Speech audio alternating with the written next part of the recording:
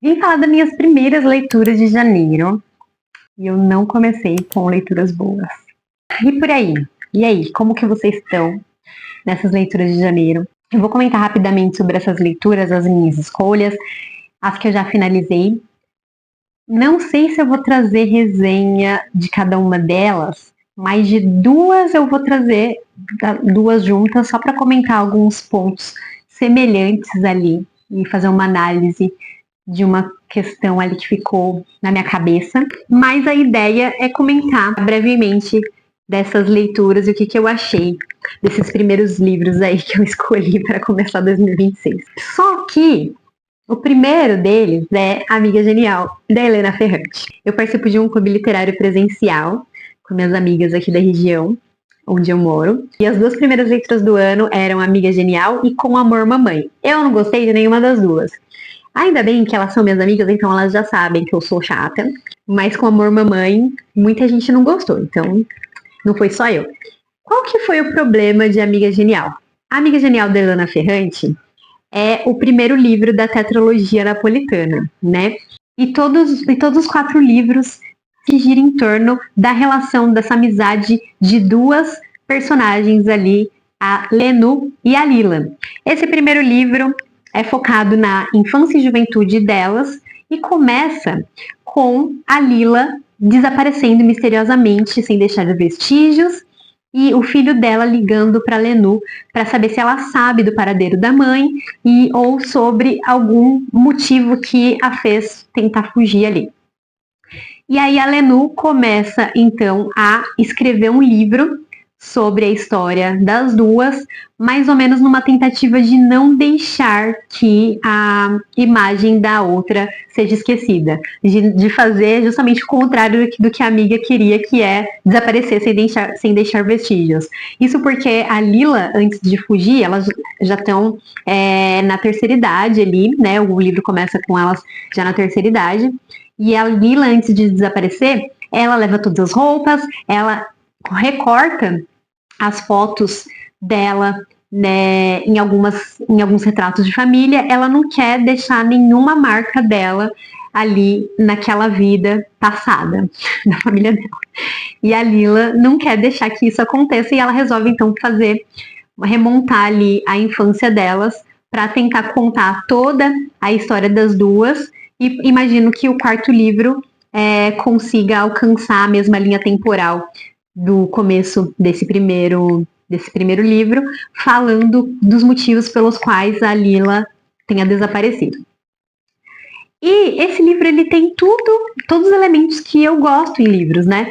Drama familiar, uma narrativa intimista, uma história narrada em primeira pessoa, uma relação complexa ali de amizades entre duas mulheres, com conflitos, invejas, traições, um contexto ali de famílias e de uma cultura que eu não conheço tanto, que é a Itália ali meio após a Segunda Guerra, após o fascismo italiano. Só que não me pegou muito a história, não. Eu não gostei ao final do livro. Eu não fiquei com vontade de dar continuidade na tetralogia napolitana. E é uma pena porque esse livro é muito aclamado. Eu não sei nem como que vai ser a discussão no clube, porque as minhas amigas, algumas delas já leram esse livro e tem como favorito da vida. Eu acabei conversando com uma delas, né, com a Larissa, sobre a história e eu tava com tanto ranço do livro depois que eu terminei. Só que eu ressignifiquei um pouco a leitura depois dessa conversa. Por isso que é bom, né, a gente ter a oportunidade de conversar com outras pessoas sobre a sua leitura, porque às vezes você, conversando com uma pessoa que teve outra interpretação do livro, você consegue ter outros tipos de reflexões e tal. Não que você vá mudar sua leitura, nem nada do tipo, eu ainda continuo não gostando do livro, mas eu consegui enxergar mais qualidades, além daquelas que eu já tinha enxergado no começo, porque eu só estava pensando nas coisas que me deixaram com vontade de não continuar a história. E o problema principal para mim desse livro foi o jeito que a autora escolheu para narrar a história. Porque assim, eu gosto muito de livros narrados em primeira pessoa. Livros narrados em primeira pessoa me instigam a tentar entender o que está nas entrelinhas, né? O que o narrador ou narradora está tentando esconder da gente. Eu sempre parto do princípio que eles estão escolhendo uma perspectiva que se mostre melhor, né, para ele ou para ela, né? E a Helena Ferrante, ela consegue emular muito bem essa protagonista, a Lenu mais velha, escrevendo sobre a sua infância e sobre todos os sentimentos que permearam ali essa infância e esse começo de relação com a Lila, sabe? Então, você sente, eu consegui sentir muito a inveja que elas têm uma da outra, que elas tinham, né? E como a todo momento essa protagonista idosa, né, tentava justificar algumas ações dela ali na infância, querendo dizer, olha, mas eu era muito jovem, eu estava sentindo aquilo, eu estava sentindo isso. Dá para você sentir como se fosse realmente uma mulher escrevendo e vendo como aquilo mexeu com ela, né? Você ter essas rememorações do passado, como mexeu com ela aquilo e como ela estava parecia que foi a primeira vez que ela tinha sentado para pensar e refletir sobre aquele passado e todos aqueles sentimentos vieram à tona novamente. E isso é um ponto positivo do livro, só que todos os sentimentos invocados ali por essa narrativa, eles vão perdendo a força na medida que eles começam a se tornar repetitivos na minha leitura, sabe? Porque todo o livro gira em torno da Lenu tentando se provar para Lila. Então, a Lenu, as duas vivem ali dentro de um contexto como se fosse um cortiço ali de famílias muito pobres, de um contexto social muito miserável, em que as pessoas estão tentando se reerguer depois da guerra, num contexto em que as mulheres não tinham tanto espaço dentro daquela sociedade e que, por elas serem pobres, elas não tinham tantas oportunidades de estudo, porque em alguma medida elas teriam que priorizar o trabalho para ajudar as suas famílias, né? E a Lenu, ela sempre foi muito inteligente, ela se destacava ali dentro daquele meio, até que chega a Lila e rouba toda a atenção. Num primeiro momento, a Lenu não se intimida por essa nova figura ali, ela aceita mais ou menos estar em segundo lugar, dentro daquele contexto escolar ou dentro da vila ali. E ela fica feliz em ser apenas uma amiga dessa menina. Ela como se fosse uma sombra da Lila ali no início, até que vai desenvolvendo ali a amizade e elas se tornam realmente amigas. Só que aí essa relação começa a se estruturar de uma maneira que a Lenu tenta o tempo todo ser melhor do que a Lila, né? E aí chega um momento que a Lila precisa parar de estudar. A família dela ela teria até a possibilidade de continuar o estudo, porém ela decide que ela não vai continuar por algumas questões ali do livro, só que elas continuam competindo, mesmo uma tendo a oportunidade de estudar e a outra não. E aí a Lenu, ela não consegue aceitar nada de bom que acontece na vida dela se a amiga não legitimar. Ah, eu tirei 10 na prova.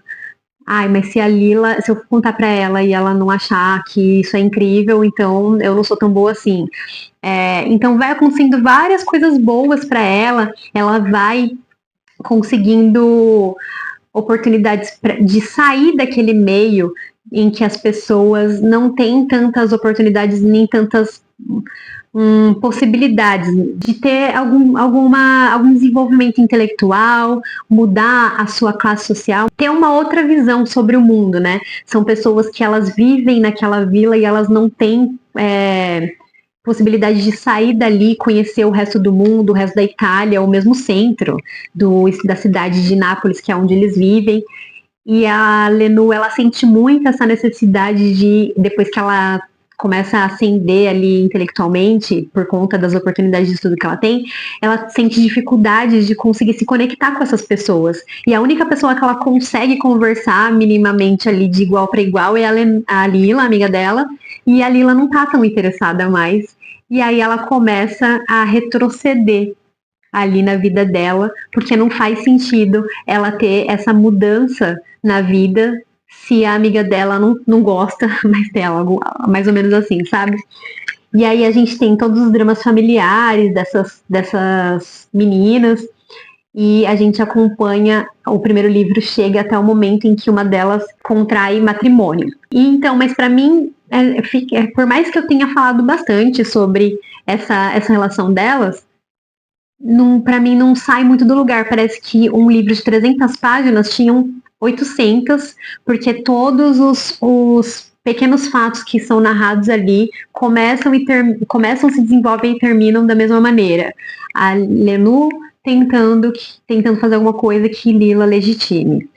Lenu querendo que Lila ache ela maravilhosa. Lenu achando que só a vida da Lila é incrível, mesmo que ela seja filha de sapateiro e não tenha nenhum estudo e vive a vida dela trancada em uma oficina, porque ela tem outros objetivos. Tudo que a Lila faz é muito melhor e muito mais incrível. E esse sentimento sufoca a gente, né? Também é um ponto positivo da leitura, né, da autora, de você ter de invocar esse sentimento na gente, mas foi me perdendo, assim, porque eu não fiquei mais, eu me desinteressei de saber o que iria acontecer com aquelas garotas, se elas teriam possibilidade de melhorar e de como chegaria no momento em que a Lila desiste de tudo, sabe? Foi me perdendo porque eu achei que ficou muito repetitivo.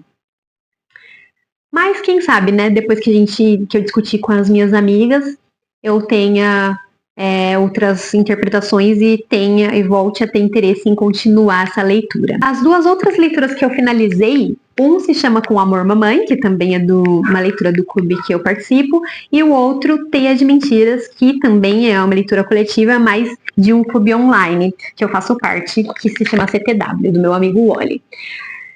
2 livros de suspense que eu não gostei, e eu quero trazer um vídeo específico sobre essas 2 leituras, para eu refletir aqui um pouco sobre o problema que a gente está tendo de livros de suspense e as similaridades que tem nessas 2 narrativas e por que elas erram tanto. Parece que eu vou fazer uma análise super profunda de livros de entretenimento, mas vamos ver, né? Esse Com Amor Mamãe, eu vou só falar a sinopse dos 2, mas eu não vou comentar tanto porque eu quero falar de um livro num vídeo individual. O Com Amor Mamãe, a história gira em torno de uma garota, uma adolescente, o nome dela é Mackenzie, que ela é filha de uma autora muito famosa de livros de suspense e essa autora famosa acaba morrendo num acidente.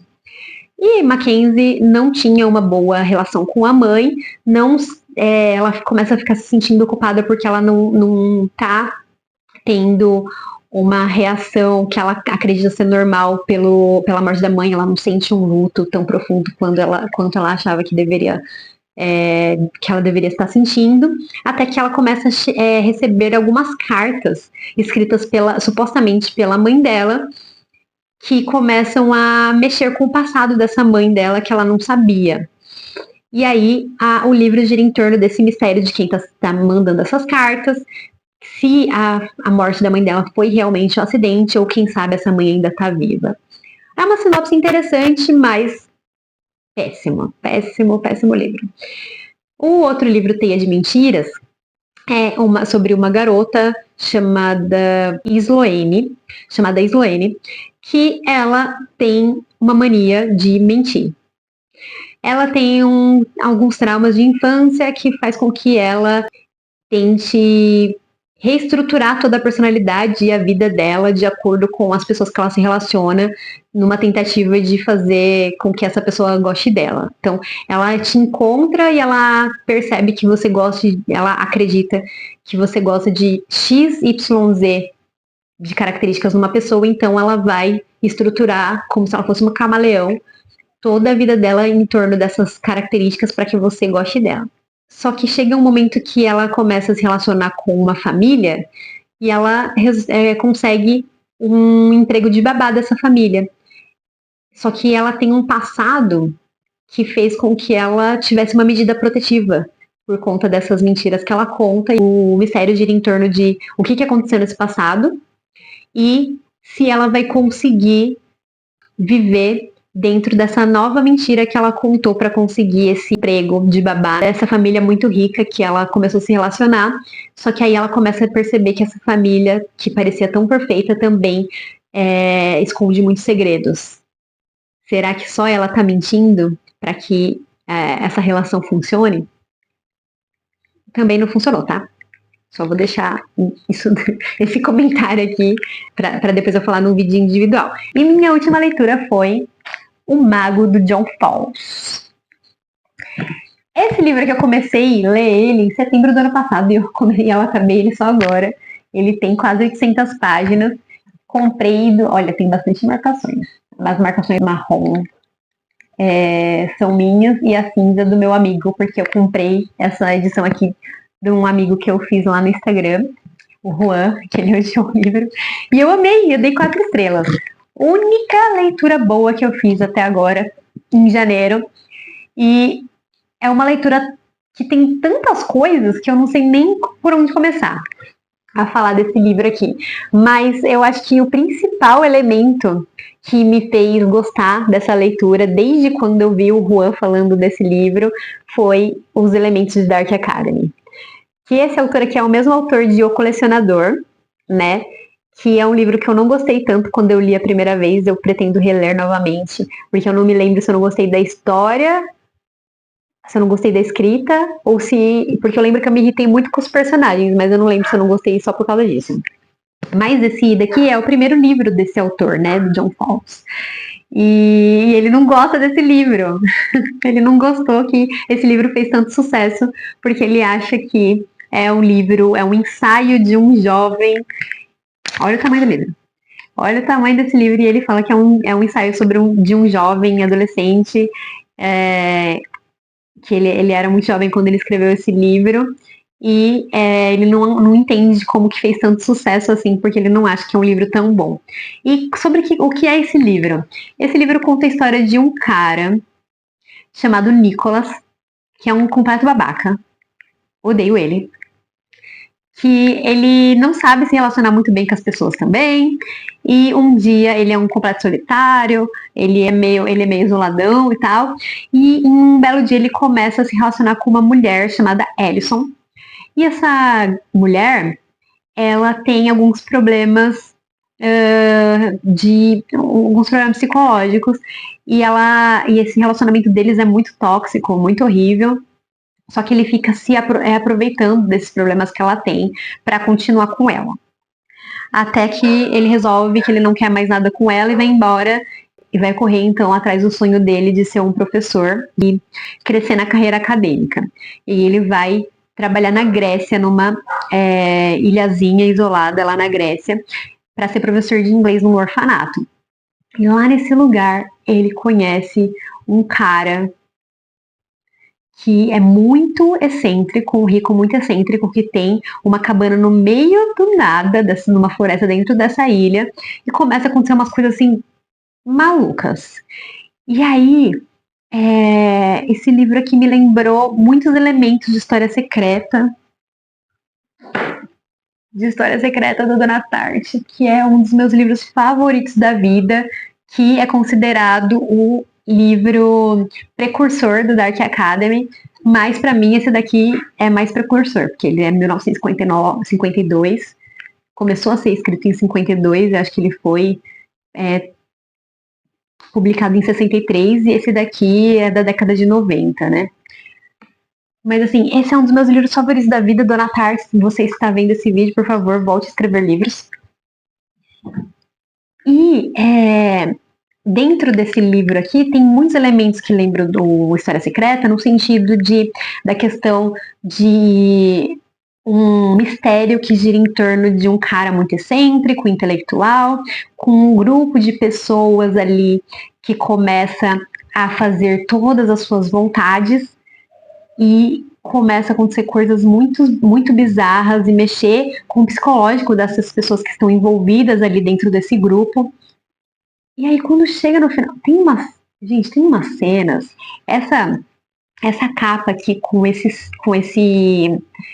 caveira e a guarda desse livro que tem uns desenhos assim muito grotescos, e aqui no livro tem muitos elementos também da literatura antiguidade e da Grécia, dos mitos, da mitologia grega, e muitos filósofos, muitas citações, muitas referências bibliográficas de literatura clássica, mas tem umas cenas assim muito bizarras.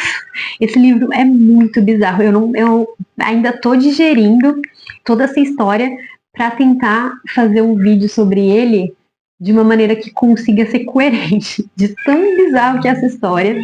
E eu gostei muito, muito desse livro. Eu achei que eu não ia gostar, porque eu demorei muito tempo para ler. Eu estava lendo ele aos poucos e intercalando com outras leituras, e acabou me perdendo a narrativa em alguns momentos ali, porque chegou uma parte que ficou um pouco repetitiva a história, porque o Nicholas, ele acaba se apaixonando por outra garota ali dentro dessa ilha, e fica no relacionamento de vai e vem, porque ele não sabe em quem ele vai acreditar, no cara excêntrico ou nessa mulher, porque começa a acontecer coisas bizarras ali, ele não sabe, ele não consegue explicar, ele tá atrás de explicações sobre isso, ao mesmo tempo que ele quer ficar com ela.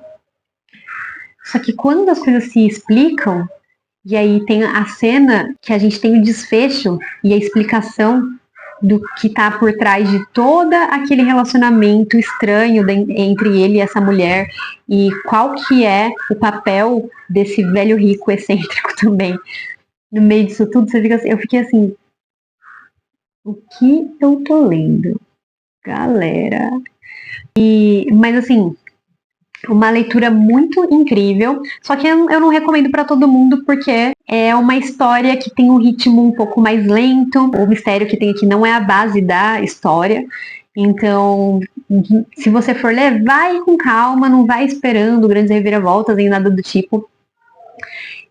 A leitura é um pouco mais lenta do que História Secreta, que também é grande, mas assim, vale muito a pena pelas reflexões que a gente tem aqui sobre questão da psicológica, mexe com muitas questões psicológicas aqui, sobre intelectualidade, sobre livre-arbítrio, sobre seita, assim, e para mim o tema principal desse livro é o amor. Mas eu não sei como eu vou falar sobre isso ainda, sem dar spoiler sobre essa história aqui. Mas eu acho que a gente tem que normalizar fazer vídeos com spoiler, sim, para quem já leu. E assim, tô até agora, terminei esse livro na primeira semana de janeiro e eu ainda tô pensando nele, ainda tô digerindo essa história. E eu acho que eu vou ficar com essa história ainda por uns bons dias ali. Mas comenta aqui embaixo também sobre quais foram suas leituras de janeiro, quais foram suas escolhas para começar o ano, e se você gostou ou está gostando de alguma delas, pra gente trocar figurinhas ali, quem sabe.